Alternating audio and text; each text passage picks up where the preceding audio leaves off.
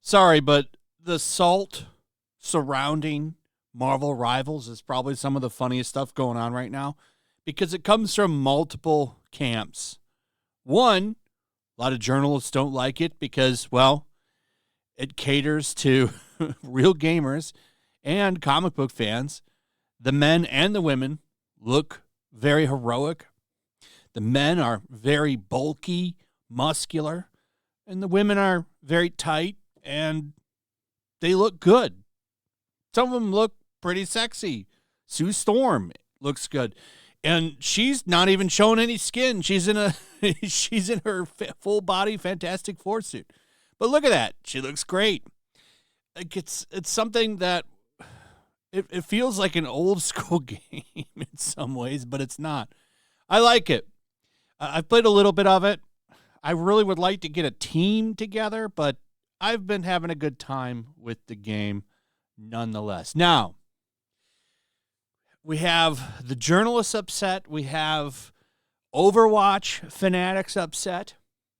And now Concord users are upset. They asked the question, why did Concord have to die and Marvel Rivals doesn't? Well, for one, Marvel Rivals actually has something that a lot of people want. It's kind of like Business 101. If you want to make a lot of money, make something for everyone rather than a few people. And imagine this. You'll make more money. Concord was made literally for the 10% of people that controlled Twitter and have now moved to Blue Sky. A very loud group of people, but not a lot of purchasing power. And the mistake that many companies made for a while now, a few years, is they thought that the loud group of people, which is a smaller group of people, they're just very, very loud, was the demographic to cater to. And, well, they were very, very wrong. And now a lot of companies have started to readjust. Also, this game is made by an Asian studio, not a Western one, which is why comparing it to that Marvel's Avengers game was so popular a few days ago because, well, you can see the difference. It's literally same characters, West versus East. And surprise, surprise, the Eastern character designs win.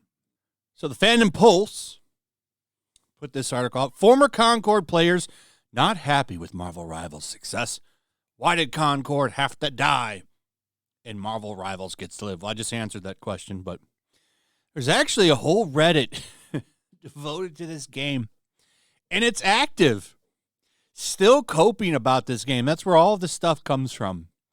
See, they're still using it. And fairly recent, 5 days ago. This is where a lot of this is coming from. Any Concord fans try Rivals yet? Because Concord is a lot like Overwatch as well. The reason that they're so salty that Rivals is doing very well, and it is doing very well, probably over 500,000 players at least daily playing that game. And that's a guess based on the Steam numbers. The Steam player base is still like 200 to 300,000 people.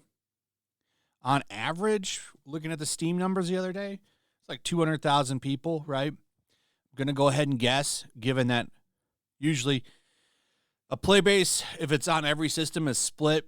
It's usually about 50% consoles combined and then 50% PC. So I'm going to guess, given Xbox and PlayStation, probably at least 400,000. So we'll say about 400,000 to 500,000.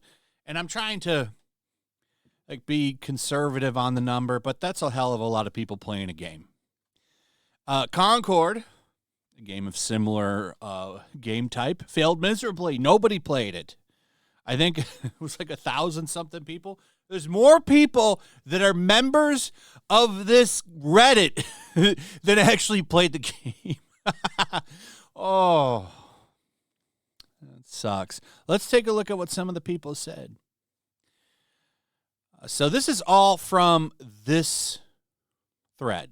Any Concord fans try Rivals yet? It plays nothing like Concord. I personally don't like the movement or the shooting at all, and don't get all the hype and praise it's getting. If you want similar gameplay to Concord, Destiny 2 is your best bet. But the PvP in that game is basically unplayable, unfortunately, but the PvE is still good.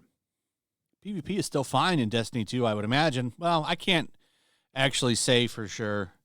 The thing with Destiny 2's PvP and even Destiny 1's is, I think there were modes where this didn't happen, but there were modes where your armor and weapons like had their effects, which would give you an advantage if you had really good gear.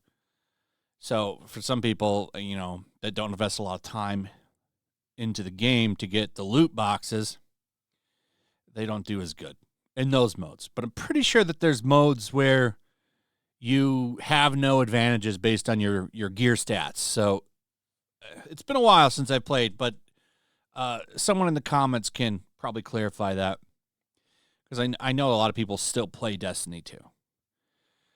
I feel the majority of the hype praise is just because it's one of the first good online Marvel games to come out in the entire period of MCU box office domination, which is waning. And a lot of people who are unhappy with Overwatch, trying to signal boost a competitor. The game itself feels pretty damn unpolished and unbalanced compared to Overwatch and even Concord. Even so, sometimes that can be a lot of fun if it's unbalanced. Dragon Ball Sparking Zero, for example, not very balanced. However, I still manage. I've won matches with Daima Goku, and he doesn't even have energy blasts at all. You can't even shoot a Kai blast from him. And I've whooped plenty of ass with him. You can get around it. It's not that big of a deal. But, yeah, this shit is just funny to me.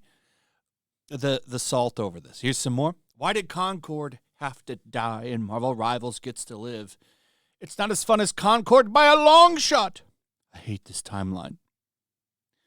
Well, charging $40 when literally every hero shooter is free was a big misstep. Yeah, that definitely was a factor.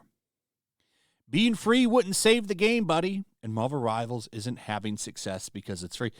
That's also true. I don't think if Concord was free to play, it really would have taken off either.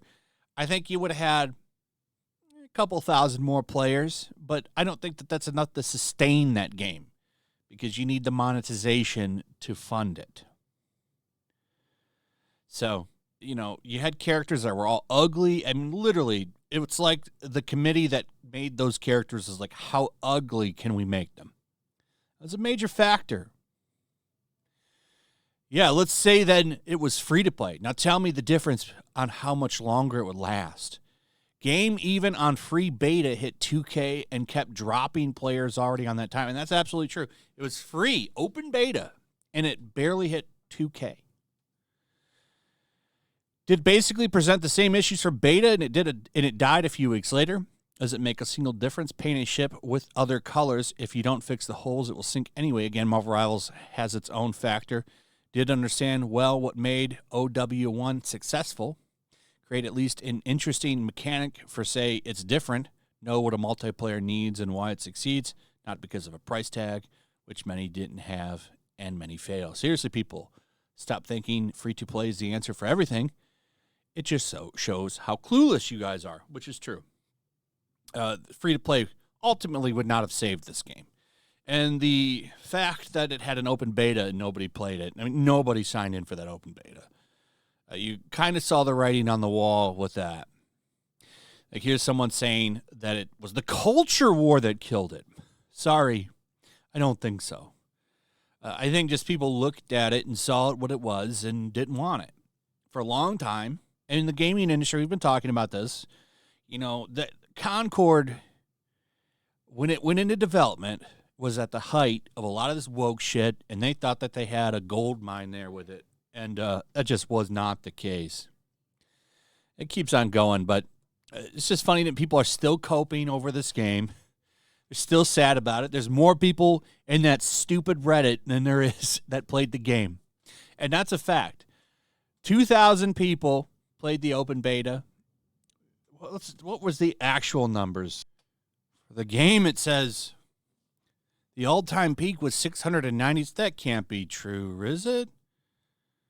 I thought there was more people that played this. Unless I'm at the wrong one, which I could be.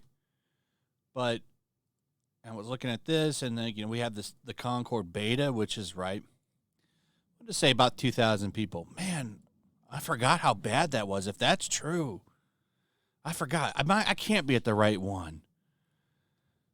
Man, that's embarrassing for some. That's really bad. That shows you how many people want that woke shit. Either way, based on the beta, which had 2,000 something people, I'm pretty sure that the actual one didn't have 4.7. So there's more members for this. Factor in maybe 1,000 people that are there to troll. Because, it would be pretty funny to go in here and try to talk with some of these people who are infected with the woke mind virus, I'm sure. There's more people on here than are playing the game. And there's 16 people online right now, which is more than, the 0 that this has. So, the Reddit is more successful than the game, I guess. I don't know. Either way, I love the Concord salt, so couldn't miss a chance to talk about this.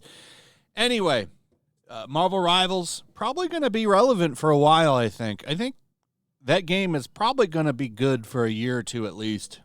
We'll see. Because, it's kept interesting number. 90% of its player base has stayed since launch, which is wild. That's pretty crazy. Usually games would have a little bit of a drop-off by now. Not this game. So it shows you, Marvel characters still really popular. Despite Marvel doing its absolute best to screw with them over the past 8 years, they're still very relevant and popular. And that's why when people say Marvel, could turn things around, movie and comic-wise, if they ever decided to, and they still have a little bit of a window, they could turn things around. Because people still care. It's not like Star Wars. Star Wars is dead. But Marvel is still doing pretty good, at least in the hearts of fans. So we'll see. Anyway, that's pretty much it. Let me know what you guys think about all of this. I'd like to hear from you also. If you would, please like, subscribe, share the video. Make sure you're still subscribed. Hit that notification bell. I'll see you on the next one. Peace.